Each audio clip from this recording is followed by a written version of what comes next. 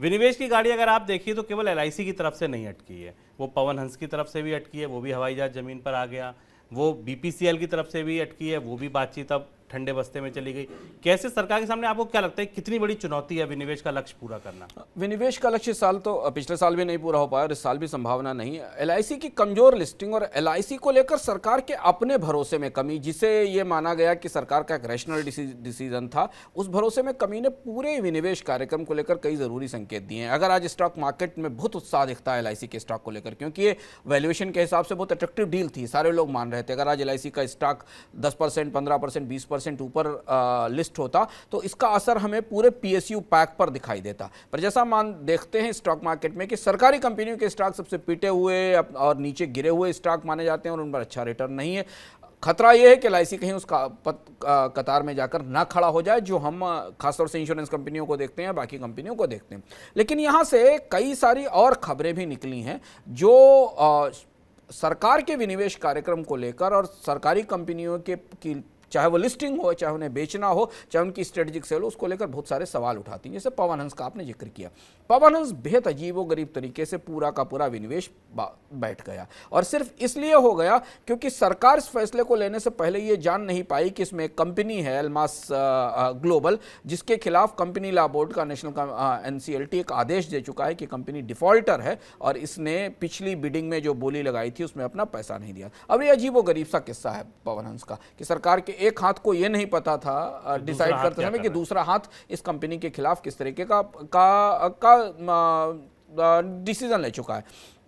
Star 9 mobility नाम की एक का कंसोर्टियम था जिसको पवन हंस को बेचा गया, और इसमें जो सबसे बड़ी हिस्सेदारी थी वो 49% की हिस्सेदारी इस कंसोर्टियम में अल्मास ग्लोबल अपॉर्चुनिटी फंड की है, जो केमन आइसलैंड बेस्ड फंड है, और इसने करीब 691 करोड़ रुपए के आसपास की नेटवर्थ है इस कंपनी की।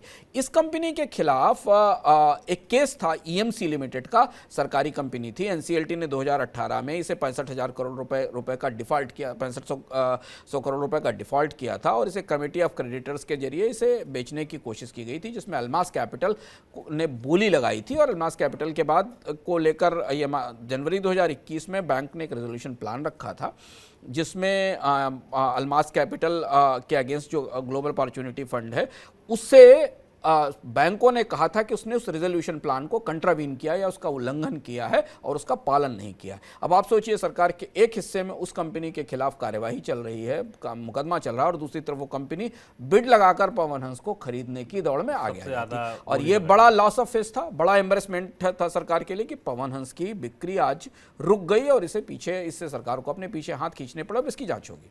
सर, बीपीसीएल के मामले में क्या हुआ? वहां तो स्ट्रेटेजिक सेल की सब कुछ तैयारी हो गई थी, बस एक बार तो बिड भी आ गई थी, अब वो कहाँ अटक गई? बीपीसीएल अजीब सा रहस्यमय किस्सा हो गया। बीपीसीएल की बिक्री नहीं हो पा रही है, सरकार बराबर कोशिश कर रही है। आधिकारिक रूप से सरकार ने बीपीसीएल को बाहर कर दिया डिसइन्वेस्टमेंट के कार्यक्रम से। ऐसा लगता है जैसे शुभम की बीपीसीएल के लिए जितनी कीमत वसूलने की कोशिश कर रही है सरकार, या जैसे एक्सपेक्टेशन है कि जितनी कीमत आनी चाहिए, वही बात जो एलआईसी के साथ थी हमें दिखती कि एलआईसी को जितना वैल्यूएशन सरकार एक्सपेक्ट कर रही थी या उसके डॉक्यूमेंट्स दिखा रहे थे, वैसा वैल्यूएशन नहीं मिला। बीपीसीएल के साथ भी है कि तमाम कोशिशों का 2020 से, जिनका आप जिक्र करें, 2020 में वो बिड्स आई थी, उसमें वेदांता ग्रुप भी था जिसने बीपीसीएल के लिए बोली लगाई थी, लेकिन अंततः बीपीसीएल को बहुत अच्छी बोलियां मिलने की गुंजाइश बाजार में नहीं दिखाई दे रही। और यही वजह है कि सरकार को ऐसा लगता है कि अगर इसे हम डिसइन्वेस्टमेंट करेंगे और इसकी अच्छी प्राइसिंग नहीं आएगी तो फिर एक असहज स्थिति पैदा होगी। लेकिन आधिकारिक रूप से बीपीसीएल को वापस ले लिया गया।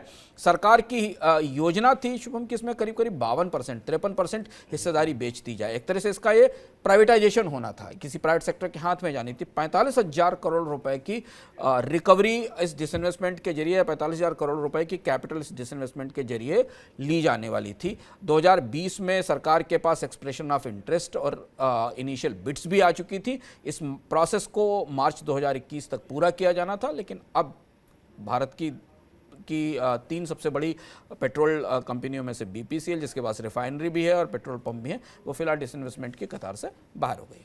बिल्कुल, तो एलआईसी की फी की लिस्टिंग, पवन हंस जो बोली लगी थी और बिकते बिकते वो भी रह गई, सरकार ने वहाँ रोक लगा दी, और बीपीसीएल की भी फाइल फिलहाल अब ये ऐसा लग रहा है कि ठंडे बस्ते में चली गई। और ये पूरा अगर आप तीनों कंपनियों की रोशनी में देखें तो सरकार का जो विनिवेश प्लान है, हालांकि एलआईसी वो पैसा तो मिल गया, जितनी उम्मीद थी उतना भले ना आया हो, लेकिन जितने का आईपीओ था वो तो फुली सब्सक्राइब हो ही गया, तो सरकार को तो उतना पैसा मिल ही जाएगा।